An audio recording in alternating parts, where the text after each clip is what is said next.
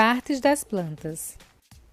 A maioria das plantas apresenta raiz, caule e folhas, mas algumas também podem apresentar flores, frutos e sementes.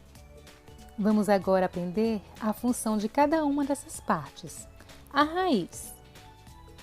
Ela fixa algumas plantas no solo ou sobre outras plantas. A raiz também absorve água e outros nutrientes e armazena nutrientes que servem de alimentos para outros seres vivos, como a cenoura e a mandioca.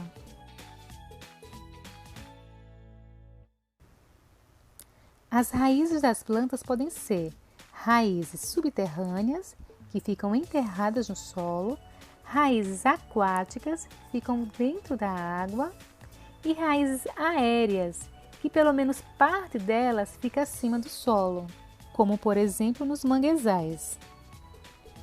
As funções do caule são o transporte e a distribuição de água e sais minerais por toda a parte da planta, sustentar as outras partes da planta e armazenar nutrientes e servir de alimento para outros seres vivos, como o cacto, o palmito e a cebola.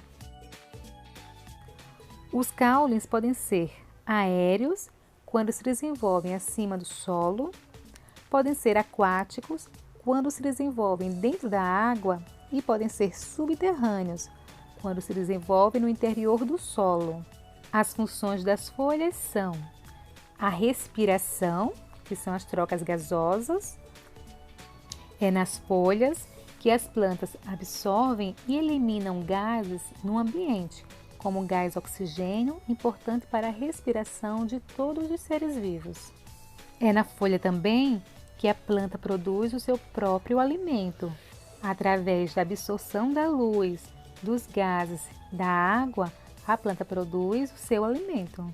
Esse processo é chamado de fotossíntese. Nas folhas também ocorre a eliminação de água através do processo da transpiração. As folhas podem ser simples, ou seja, é a folha inteira que não apresenta divisões, e também pode ser composta, quando apresenta divisões, formando estruturas menores. As folhas também podem ser coloridas. Elas atraem animais que auxiliam na sua reprodução.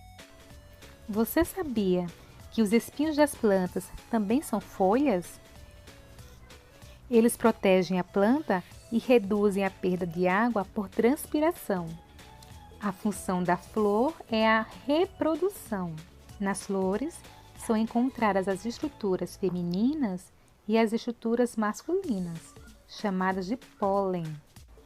Para que a reprodução ocorra, o pólen, que é a estrutura masculina, deve chegar até a estrutura feminina. Esse processo é chamado de polinização. São responsáveis pela polinização os ventos, a água e os animais. As flores azuis e amarelas são polinizadas pelas abelhas e elas produzem o néctar. As flores vermelhas são polinizadas pelas aves, também produzem o néctar. Já as flores pouco coloridas são polinizadas por besouros. Estas possuem um cheiro forte. Inflorescência é o conjunto de flores que, quando agrupadas, aparentam ser apenas uma flor. A raflésia é uma flor que possui um cheiro muito desagradável, tipo carne podre. Ela é polinizada pela mosca. Vamos conhecer as funções do fruto e da semente. A função do fruto é proteger a semente. Já a função da semente é a reprodução, assim como a flor. Mas esse processo de reprodução é diferente. Para que ocorra a reprodução a partir da semente, é necessário que haja a germinação. Quando a semente é germinada, a primeira parte da planta que se desenvolve é a raiz, seguida do caule. Vamos observar.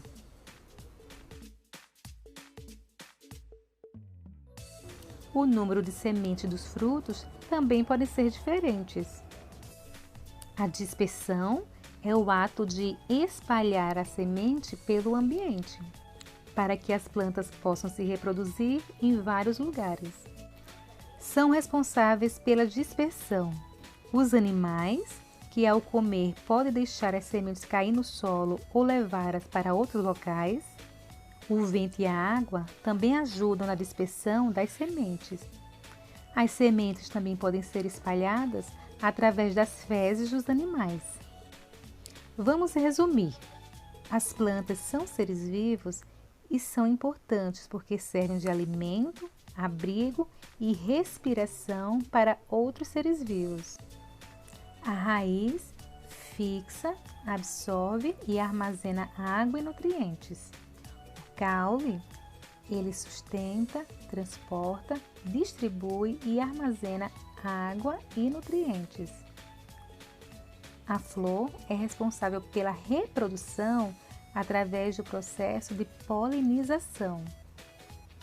O fruto abriga a semente e ajuda na dispersão delas. A semente, também responsável pela reprodução, origina a nova planta por meio da germinação.